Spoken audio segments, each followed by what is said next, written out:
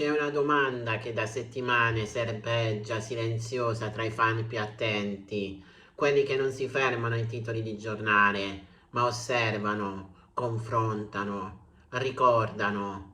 Una domanda che non viene mai posta apertamente, ma che aleggia come un'ombra elegante. Giayaman e Sara Bruma hanno davvero stretto un accordo segreto? Ciao a tutti ragazzi e ragazze, io sono Newspage, il vostro reporter di fiducia e oggi sono ritornato a parlare di Gianni Amman e di Sara Bruma, ma prima di tutto vi ricordo di iscrivervi al canale e di lasciare un bel like per favore. E adesso continuiamo. Per capirlo dobbiamo fare un passo indietro, anzi diversi passi indietro.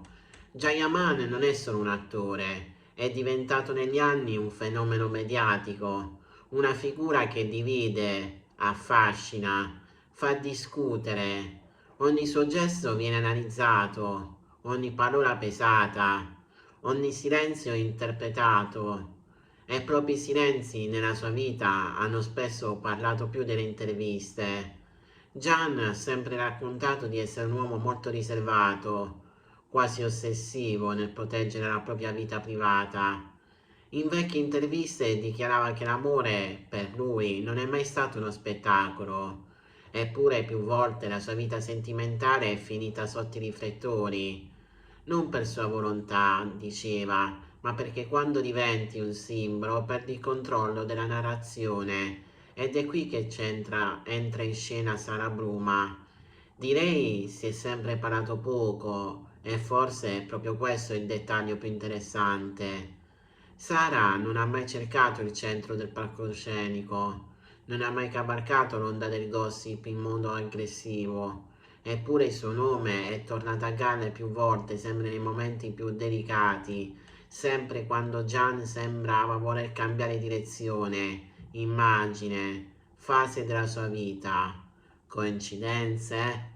In alcune vecchie interviste Gian parlava di persone che arrivano nel momento giusto, anche solo per insegnarti qualcosa, frasi apparentemente innocue, ma che oggi rilette assumono un peso diverso, perché Sara Bruma compare sempre come una presenza discreta, mai ufficializzata, mai smentita del tutto, una presenza che non chiede spazio, ma che resta.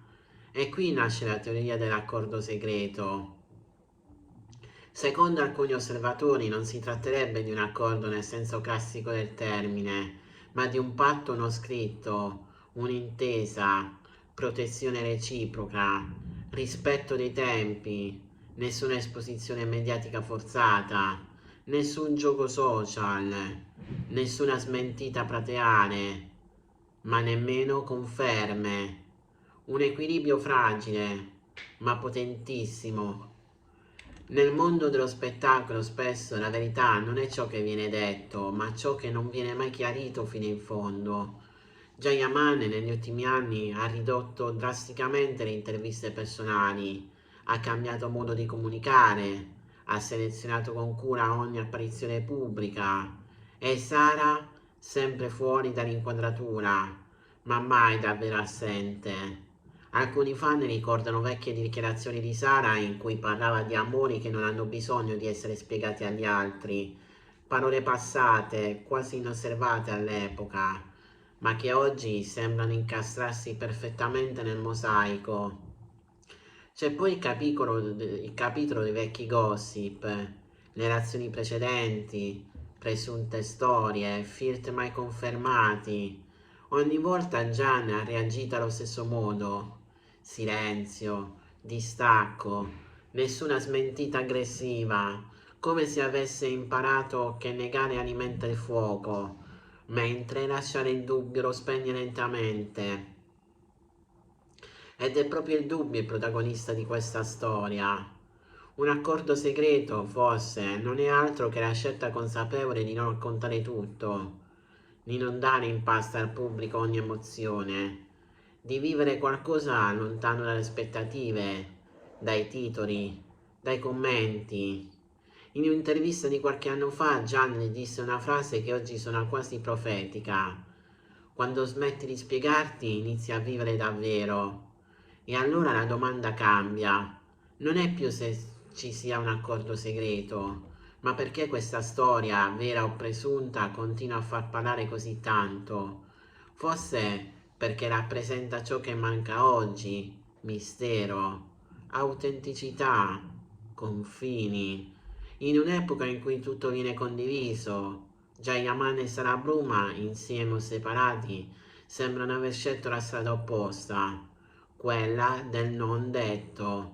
E il non detto, si sa, è la forma di comunicazione più potente. La morale forse è proprio questa: non tutto ciò che conta deve essere mostrato, non tutte le relazioni devono essere spiegate, non tutte le verità hanno bisogno di un titolo. E la riflessione finale è inevitabile. Forse il vero scandalo non è un accordo segreto. Forse il vero scandalo è che per una volta qualcuno abbia scelto il silenzio invece dello spettacolo. E qui è in quel silenzio, che piaccia o no, c'è una libertà che pochi oggi possono permettersi. Bene ragazzi, il video di oggi finisce qui, spero che il video sia stato di vostro gradimento. Se è così vi invito ad iscrivervi al mio canale, di lasciare un bel like, di condividere il video su tutte le pagine social. Dal vostro reporter di fiducia è tutto. Ci vedremo in un prossimo incredibile video che non so quando lo farò, ma di sicuro ci sarà. A presto su Newspage.